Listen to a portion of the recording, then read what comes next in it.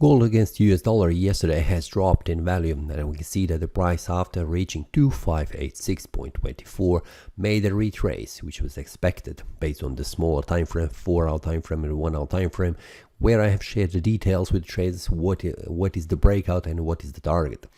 Now the price movement is bearish candle, where we can see that the price has closed below this one, a very important small support and a resistance level 2578.38 between these two candles. Now the next one where the support is around here, where 2559 in 2558 a price level is, and what we can see based on this candle, it is a large bearish candle that is suggesting further decline down, at least around this support level.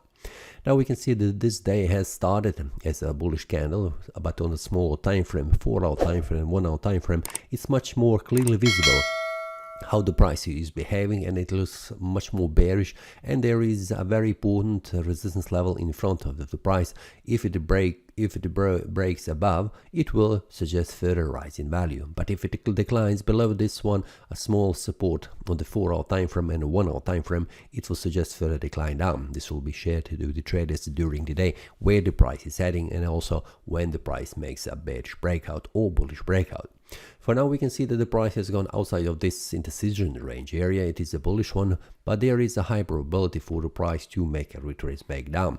This is also based on this one deal, the weekly bullish breakout, where usually it is the best for the price to make a retrace just to validate the previous resistance acting as a support. So 2550.00 is some kind of a target for the price to make a retrace and then bounce back up to continue to rise in value.